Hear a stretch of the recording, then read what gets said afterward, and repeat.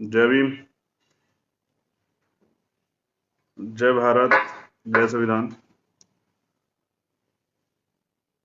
सभी बहुजन महापुरुषों को नमन करते हुए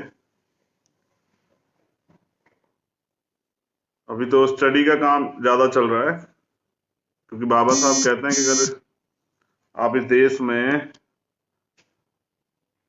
अपने लिए अधिकार चाहते हैं तो आपको लड़ना होगा, और अगर आप लड़ना चाहते हैं तो आपको पढ़ना होगा। तो बाबा साहब के सिद्धांतों पे चलना ही सबसे बड़ा कार्य है, और लंबे समय तक चलना ये उससे भी बड़ा कार्य है।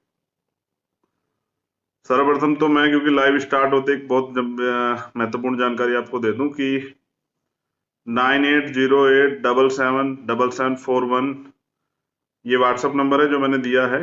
किसी को भी कोई पूरे देश में कहीं कोई परेशानी हो, कोई एट्रोसिटी का मामला हो जो हम तक पहुंच पाए, जिसकी आवाज हम ट्विटर या फेसबुक के जरिए उठा पाए और हमारी वजह से कुछ साथियों को न्याय मिल जाए, ये बहुत अच्छा होगा।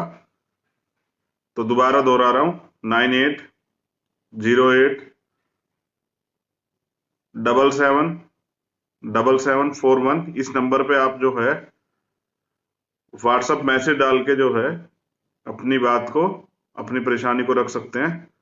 जो लोग सोशल मीडिया के जरिए हमसे जुड़ना चाहते हैं या सोशल मीडिया पे हमें मदद कराना चाहते हैं, वो भी इससे जुड़ सकते हैं।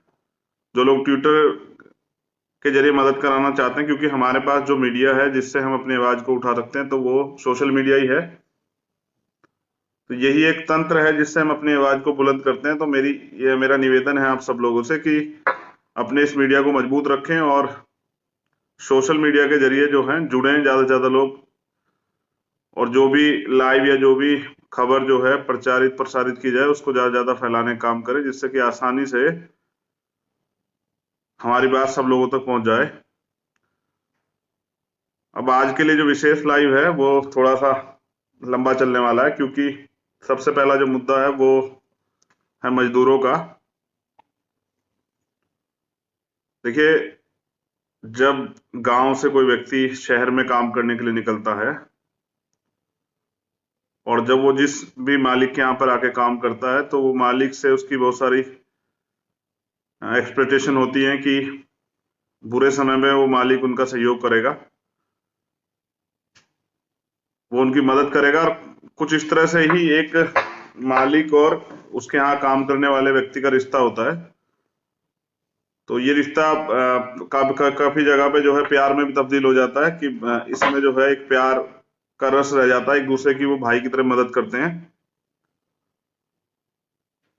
लेकिन कुछ लोगों की संवेदनाएं समय समय पे मर जाती है, जैसे अभी हुआ कि पूरे देश में लॉकडाउन हुआ और जो मजदूर वर्ग जो है यहाँ पर काम कर रहा था शहरों में, मालिकों ने एकदम हाथ खड़े कर दिए।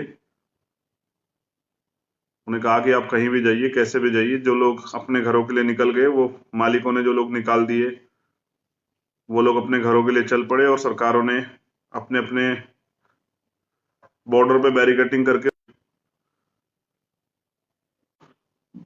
लोगों को जो है बाहर, जो अरब कंट्री में हमारे लोग रह रहे हैं, उनको लेके आने की व्यवस्था कर रही है। वो अच्छी बात है, लेकिन कमाल की बात है कि देश में रहने वाले मजदूरों को, जो जिसकी वजह से ये बिल्डिंगें बनी खड़ी हैं, जिसकी वजह से हॉस्पिटल बने हैं, जिसकी वजह से बहुत सारी बिल्डिंग और बहुत सारे काम चल रहे हैं, जिसकी वजह से खाद्यान्न चल रहे हैं, जिसकी वजह से देश में बहुत सारी चीजें जो है तंत्र में है, उसको कोई नहीं पूछता है। उसके लिए रेलगाड़ी की व्यवस्था नहीं होती। रेलगाड़ी की व्यवस्था होती है, टिकट की मांग होती है, पैसों की मांग होती है। आप जानते हैं लॉकडाउन में हालात बद से बदतर है। जो आदमी, देखिए, मिडिल क्लास जो लोग हैं वो मांग तो नहीं सकते किसी के पास जाके, हाथ नहीं फैला सकते, एक सम्मान की वजह से वो घरों में है। लेकिन क्योंकि 2-2 महीने से रोजगार नहीं मिल रहा है, तनख्वाह नहीं मिल रही, बहुत सारे साथी हैं जिनको प्राइवेट में जो लोग जॉब कर रहे हैं उनको तनख्वाह नहीं दे रही है कंपनियां, मालिक नहीं दे रहे हैं, क्योंकि वो बोल रहे हैं काम नहीं चल रहा है। तो वो लोग कहाँ जाएंगे? स्वाभिमान की वजह से मांग नहीं सकते हैं, और मालिक ने हाथ खड़े कर लिए। बद से बदतर हालात है। यूपी में तो कानून श्रम, जो मजदूर हैं उनके लिए जो एक विशेष कानून था, उसको भी 3 साल के लिए हटा दिया गया है। अब मजदूरों को आने वाले 3 साल तक अगर जब लॉकडाउन हट जाएगा तो मालिक उनको रखे, 12 घंटे ड्यूटी कराए, 14 घंटे ड्यूटी कराए, 16 घंटे ड्यूटी कराए, कि उन अपनी मनमाफिक तनख्वाह दे, तो उस पर कोई ज्यादा बाउंडेशन नहीं लगने वाली है। तो कुछ अधिकार थे वो खत्म कर देगा। मैं ये बात क्यों कह रहा हूं, इसको समझना पड़ेगा कि कुछ हुआ है देश के अंदर। आज 15-16 लोगों की जान गई है रेल के द्वारा एक्सीडेंट में। अब वो एक्सीडेंट है या वो कोई षड्यंत्र है या क्या है, ये तो जांच के बाद पता लगेगा। लेकिन जो कुछ है वो बहुत बुरा है, क्योंकि बॉर्डर सील है, तो वो लोग इसलिए रेलवे लाइन से जा रहे हैं कि वो अपने घर पहुंच जाएंगे। तकलीफ भी है सब लोगों को, अपने परिवार के लोग के पास लोग पहुंचना चाहते हैं, अपनी माँ से, अपने बच्चों से, अपनी पत्नी से, अपनी बहनों से, अपने भाइयों से मिलना चाहते हैं।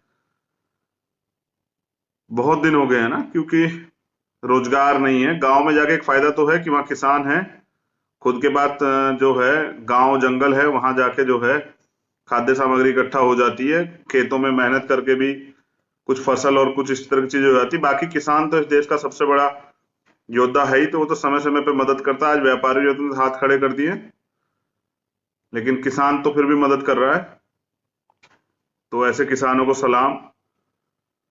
ये मजदूर लोग कौन है, सबसे बड़ा सवाल ये है कि ये मजदूर लोग कौन है जो आज भूख से मर रहे हैं, देश में इनकी पहचान क्या है,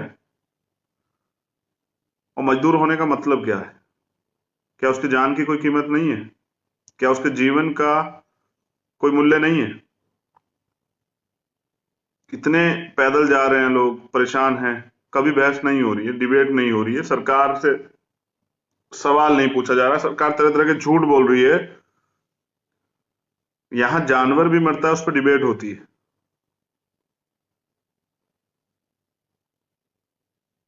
इन पे क्यों डिबेट नहीं हो रही है? क्या इनको इंसान नहीं माना जाता? क्या इनको जानवर भी नहीं माना जाता? क्योंकि मैं कह रहा हूं जानवरों पे भी डिबेट होती है। आखिर ये लोग कौन है जिन पे ना डिबेट हो रही है, ना जिनकी बात सुनी जा रही है, जो शर्मिंदा है क्योंकि उन पे भोजन की व्यवस्था भी नहीं है। और जब मैं इनको बहुत करीब से देखता हूं तो मुझे नजर आता है कि ये बहुजन समाज के लोग, ये गरीब लोग हैं, और जिनको जो है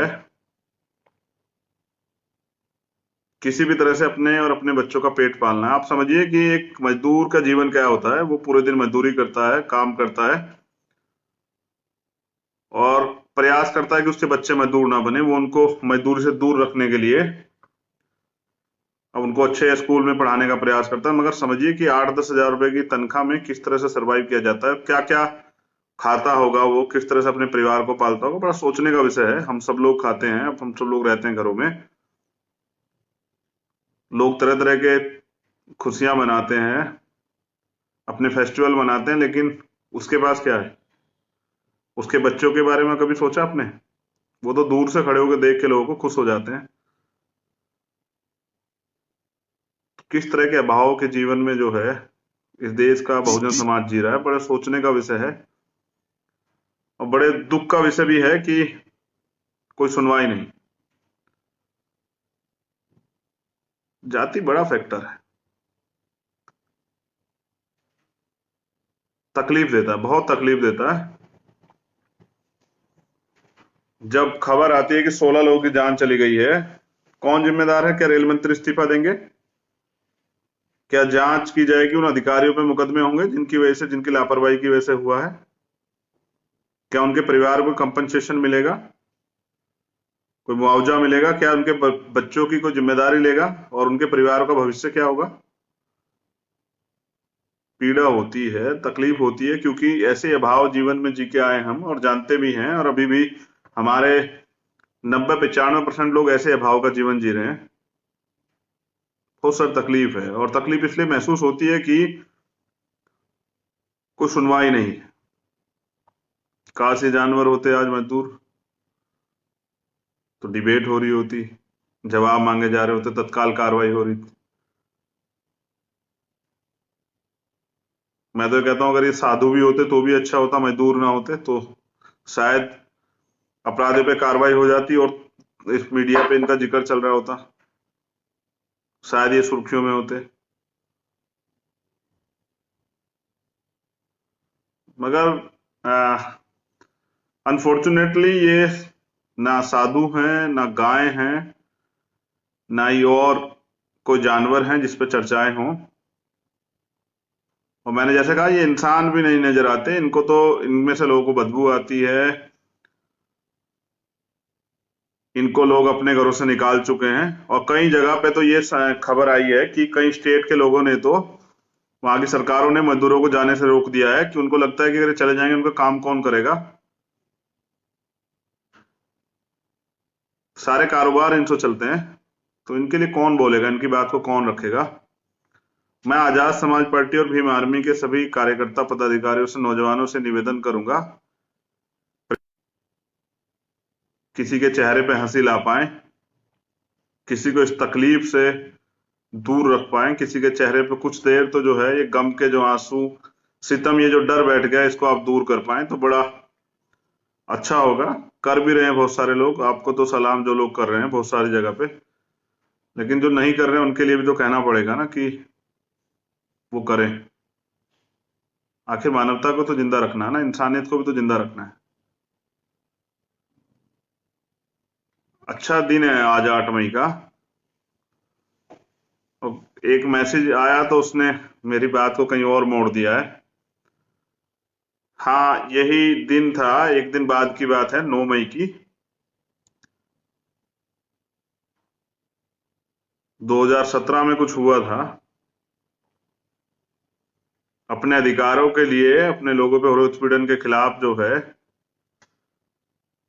सड़कों पे आए थे हम लोग, फिर पुलिस की लाठियां मिली, मुकदमे मिले,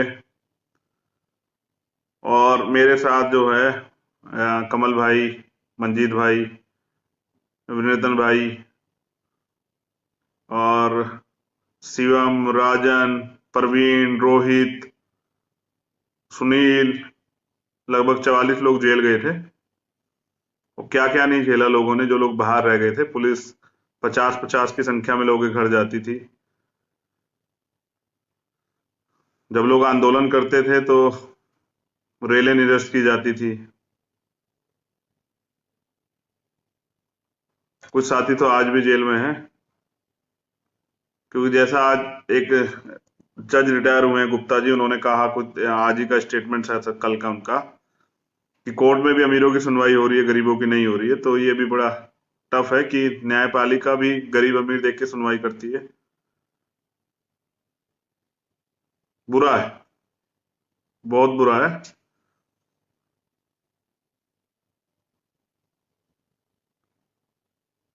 आज कल के दिन जो है छोटे भाई सचिन को भी खोया, वो भी दर्द है, वो भी पीड़ा है दिल में। कुछ करने का भी है मन, मगर ये बहुजन मूवमेंट बड़ी टेढ़ी खीर है। ये आरएसएस और बीजेपी वालों का संगठन नहीं है। इसमें क्या है कि बहुत सारी समस्याएं हैं, आपको सब तरह की समस्याओं का सामना करना पड़ेगा, सब चीज झेलनी पड़ेगी, धैर्य भी रखना पड़ेगा, तरह तरह के आरोप भी झेलने पड़ेंगे, लगातार झेलते आप ही आ रहे हैं। बहुत सारी निराशा और सब चीजें भी होती है, लेकिन फिर उसके बाद एक आशा भी होती है कि परिवर्तन की जो शुरुआत है वो घर से होती है। जब आप राष्ट्रपिता ज्योतिबा फूले साहब को पढ़ेंगे तो आपको पता लगेगा कि राष्ट्रपिता ज्योतिबा फूले साहब ये कहते हैं कि अगर आप परिवर्तन के लिए लड़ोगे तो सबसे पहला सामना जो है वो आपका अपने परिवार से ही होगा। जैसे जब वो उन्होंने पहली बार अछूतों को पानी पिलाया अपने कुएं से, तो उनके पिताजी ने उनको घर से बाहर निकाल दिया। जब उन्होंने पहली बार अछूतों के लिए शिक्षा की बात करी तो उनके पिताजी ने उनको बाहर का रास्ता दिखा दिया,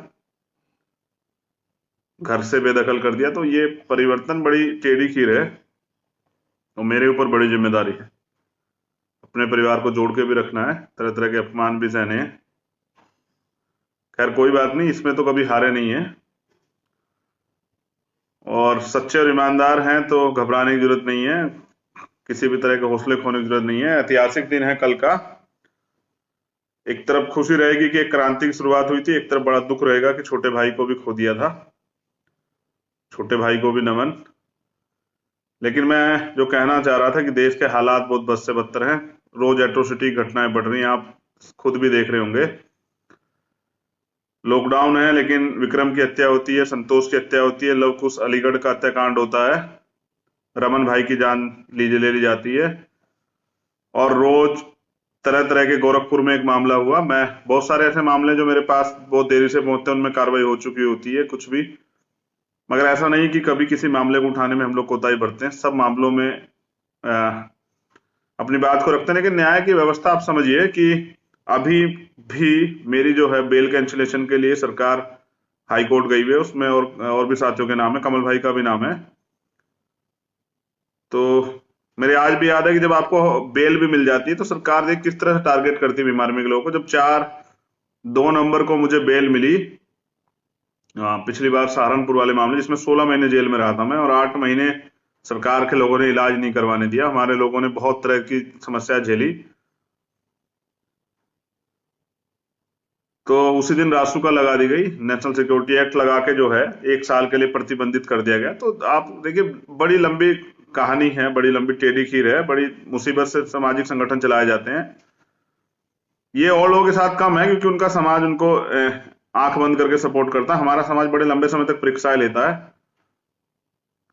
तरह तरह के सवाल और सब चीजें आपके सामने रखता है, आपको उसको फेस करना पड़ता है। मैंने अपने इंटरव्यू में अभी जो आया है उसको, वो अनस्क्रिप्टेड पे जो इंटरव्यू आया है उस, वो बहुत 1-1.5 महीने पुराना है, वो रिकॉर्ड हुआ वो सब चीजें, अब उन्होंने लॉकडाउन में वो डाला है। तो मैंने कही भी है कि यहाँ तो इस देश में दलितों के लिए, पिछड़ों के लिए, आदिवासियों के लिए, धार्मिक अल्पसंख्यकों के लिए, मुस्लिम भाइयों के लिए बहुत तरह तरह की परेशानियां, आपको एक लंबे समय से राजनीति से दूर रखा गया। एक बड़ा सवाल ये है कि हमसे बड़ा खतरा किसको है, ये समझना पड़ेगा। हमारे वैसे दलित मुस्लिम झगड़े नहीं होते, हमारी तरफ से दलित पिछड़ों में झगड़े नहीं होते हैं। और हम बहुजन की बात करते हैं तो दलितों के साथ साथ मुस्लिम भाइयों की बात भी उठाते हैं, ओबीसी भाइयों की बात भी उठाते हैं, आदिवासी भाइयों की बात भी उठाते हैं। तो हमारे वैसे नुकसान किसको है और हमसे डर किसको है, ये समझना पड़ेगा कि हमसे डर किसको है। डर उन लोगों को है जिनको ये पता है कि इस देश में धर्म के नाम पर राजनीति की जाती है, और ये बहुजन समाज की राजनीति करने वाले लोग इस देश में धर्म की राजनीति नहीं होने देंगे। तो उनको डर है और वो, उनका षड्यंत्र रहेगा हमेशा, अब इतनी जल्दी नहीं खत्म होगा। जिन लोगों को कुर्सियों का डर है, मैं एक बात पूछना चाहता हूँ, बहुत सारे नौजवान जुड़े हुए हैं और बाद में सुनेंगे भी, आखिर नौजवानों की राजनीति से लोगों को डर क्यों लगता है? और वो ये क्यों कहना चाहते हैं कि अभी तो इनकी कम उम्र है, अभी तो ये है, अभी तो वो है, वो इस तरह की चीजें क्यों कहते हैं?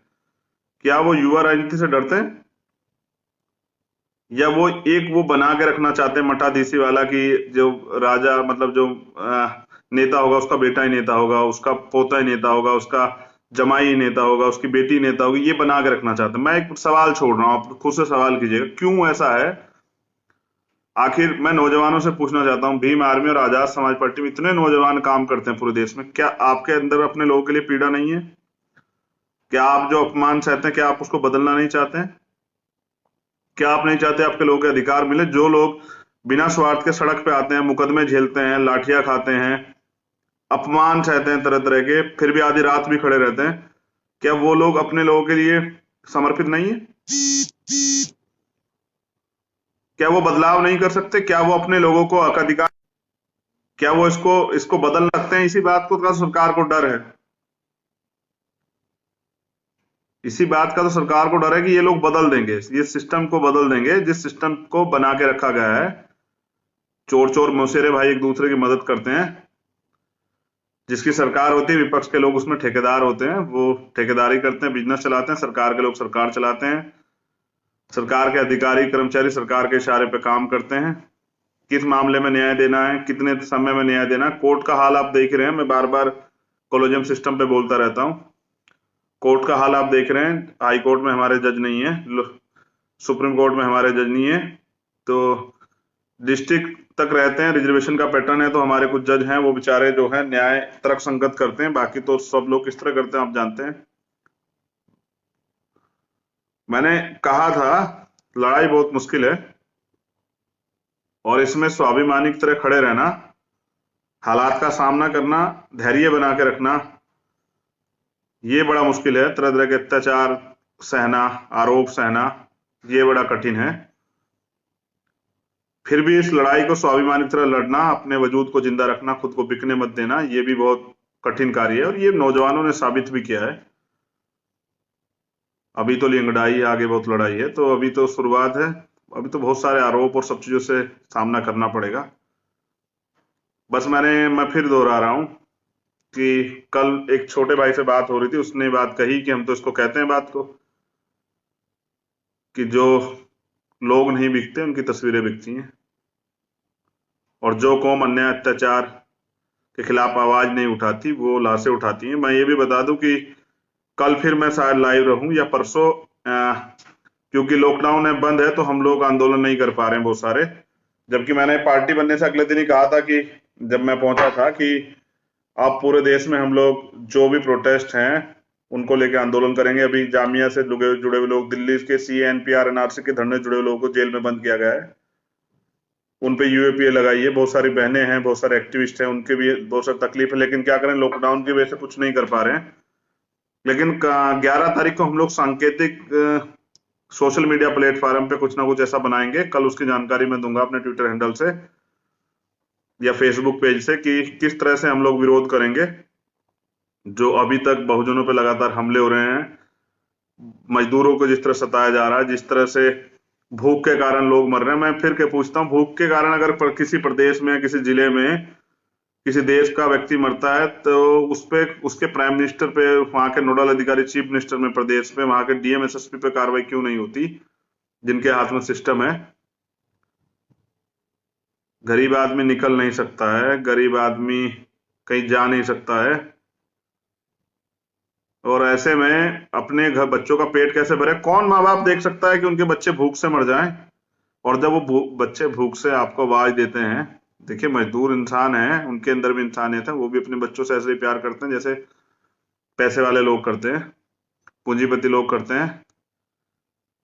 आप समझिए कि वो अपने बच्चों को कैसे भूख से मरता देखें। लेकिन देख, कितने लोग जो है इस लॉकडाउन में भूख से मर गए हैं, कोई तैयारी नहीं है सरकार की।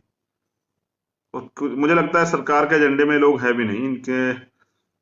ये तो जानवर की तरह है कि ठीक है, जब तक काम है जानवर को तब तक उसको यूज किया जाएगा, उसके बाद उसको बांध दिया जाएगा, और फिर अगर वो चिंगाड़ लगाएगा तो उसको डाला जाएगा चारा, पानी पिलाया जाएगा, क्योंकि वो बोल नहीं पाता, उसकी बातों को सुन नहीं पाता। तो मेरी जिम्मेदारी बनती है कमजोर लोगों की, सताए हुए लोगों की, बेगुनाह लोगों की, निर्दोष लोगों की, जो परेशान हैं, उनकी मदद करने का, उनकी आवाज उठाने का, ये मेरा काम है। और जब तक मैं हूं, और आजाद समाज पार्टी और भीम आर्मी के कार्यकर्ता हैं, प्रदेश के पदाधिकारी हैं, उन सब लोगों की जिम्मेदारी है कि वो इस कार्य को आगे बढ़ाएं। तो कठिन चीजें हैं, मैंने रखी है आपके सामने बात। इतना प्यार दिया आप लोगों ने, अब उसको चुकाने के लिए संघर्ष हम लोग जारी रख रहे हैं। लेकिन प्रयास करेंगे कि ये जो चल रहा है, जैसे मैंने कहा कि लॉकडाउन की आड़ में जो चल रहा है, जो जो अगर सोचिए सरकार, अभी लॉकडाउन ना होता तो क्या आप लोग देख पाते मजदूरों के साथ जो हो रहा है? हजार हजार किलोमीटर पैदल लेके पैदल जा रहे हैं लोग, अपने फोन बेच के, अपने जो अंगूठी या कुछ है उसको बेच के, या अपना सामान बेच के, आपको पता है, साइकिल लेके और अपने घरों के लिए जा रहे हैं, धूप में, परेशानी में। आखिर कर भी क्या सकते हैं? जनता को तो कुछ करना पड़ेगा ना, तो जनता विरोध दर्ज कराए अपना। 11 तारीख में कुछ ना कुछ करेंगे, कल उसकी जानकारी देंगे या परसों अपने ट्विटर हैंडल से या फेसबुक से।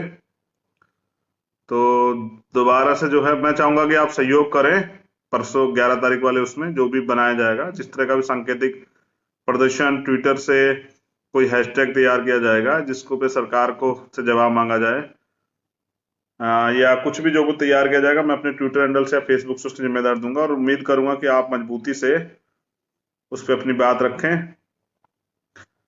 देखिए, मैं फिर समझा रहा हूं, ये लड़ाई इतनी आसान नहीं है जितनी आप समझ रहे हैं। इस लड़ाई को बहुत मजबूती से लड़ना पड़ेगा। और लड़ाई किनसे, सोचिए, उनके पास क्या नहीं है? सत्ता की ताकत उनके पास है, मीडिया पूरा उनके लिए काम कर रहा है, प्रशासनिक अधिकारी कुछ उनकी विचारधारा के, कुछ सरकार के दबाव में उनके लिए काम कर रहे हैं, न्यायपालिका का हाल आप देख रहे हैं खुद। जो जज रिटायर हुए उन्होंने कहा, और उससे पहले बहुत सारे लोग कह चुके हैं, हम तो लगातार कह रहे हैं कि एक ही अप्रकाश लोबी का कब्जा है, कोई टेस्ट नहीं होता है। तो ऐसे में कैसे न्याय मिलेगा, और आप कैसे अपने लोगों को सुरक्षित रख पाएंगे, बड़ा सवाल है। तो जनता मालिक है, जनता तय करेगी। और युवाओं से मैं फिर दोबारा नहीं चाहते कि ताकत आपके हाथ में हो। आपका अभी तो आप आंदोलन करके सड़क पे जाके उनकी लड़ाई लड़ते हैं, फिर ऐसा नहीं चाहते कि आपके फोन से काम हो। आप सोचिए कि अगर आप लोग शासक होते, आप लोग सत्ता में होते कहीं भी, तो क्या कोई भूखा रह पाता? आप लोग की तो इंसानियत जिंदा है ना, तो आप लोग तो जाके करते काम उसके लिए, रात में भी जाते, 2 बजे खड़े हो जाते, जिस अधिकारी ने की वजह से ये हुआ उस पर कार्रवाई करते। सोचना चाहिए युवाओं को। कब तक वो दोयम दर्जे के नागरिक बन के, बाबा साहब ने कहा है ना कि राजनीति में हिस्सेदारी न लेने का सबसे बड़ा नुकसान ये भी है कि योग्य लोग आप पे शासन करते हैं। क्या दो चीजें हैं, क्या तो युवा सोचे कि वह योग्य है तो वो दूसरों को शासन करने दे, या फिर युवा ये तय करे कि वो योग्य है और अब वो अपना ही राज चाहता, बहुजन स्वराज चाहता है। गरीबों को, मेहनती ईमानदार लोगों को आगे बढ़ाने के लिए आजाद समाज पार्टी का निर्माण किया गया है। मुझे पूरा भरोसा है, हम रहे ना रहे, लेकिन आजाद समाज पार्टी के माध्यम से बहुजन महापुरुषों का सपना जो है नौजवान जरूर पूरा करेंगे। मेरी बहुत बहुत मुबारकबाद और साधुवाद आप लोगों के लिए। जय भीम, जय भारत, जय संविधान। याद रखिए कि बाबा साहब ने कहा था कि मुझे मरा हुआ मत समझना, जब तक इस देश का संविधान जिंदा है तो मैं जिंदा हूं। तो याद रखें कि कोई और नहीं आएगा बचाने आपको ही। और जिनको जेल से मुकदमों डर लगता है उनको मैं क्या कह सकता हूँ, बोस बोस, ये तो कठिन लड़ाई है ना। विरोध की आवाज बुलंद करने निकलोगे, बहुत कुछ झेलना पड़ेगा, लाठी, गोली, मुकदमा, जान भी जाएगी। तय कर लीजिए, ये घर बचाने की लड़ाई नहीं है, ये स्वाभिमान सम्मान अधिकारों की लड़ाई है, ये परिवार की लड़ाई नहीं है, ये समाज की लड़ाई है, ये सत्ता के साथ व्यवस्था परिवर्तन की लड़ाई है, सामाजिक परिवर्तन, आर्थिक मुक्ति के आंदोलन की लड़ाई है। ये इस देश में समता, समानता, बंधुत्व, भाईचारे के पूरक संविधान को सुरक्षित रखने की लड़ाई है, महत्वपूर्ण है। और युवाओं से पूरी उम्मीद है कि वो तो गुलामी नहीं सहेंगे, वो तो महापुरुषों के आंदोलन में चलेंगे। क्योंकि माननीय काशीराम साहब ये कहते थे कि जिंदा लोग, मुर्दा लोग मिशन नहीं चलाते और जिंदा लोग रुकने नहीं देते। दोबारा दोहरा रहा हूं, मुर्दा लोग मिशन नहीं चलाते और जिंदा लोग रुकने नहीं देते। आप तय कीजिए कि आप कौन है। अगर राजनीतिक वजूद पे खतरा आ चुका है तो उसका जिम्मेदार मैं नहीं हूं, इसके जिम्मेदार वो लोग हैं जो अब तक लीड कर रहे थे।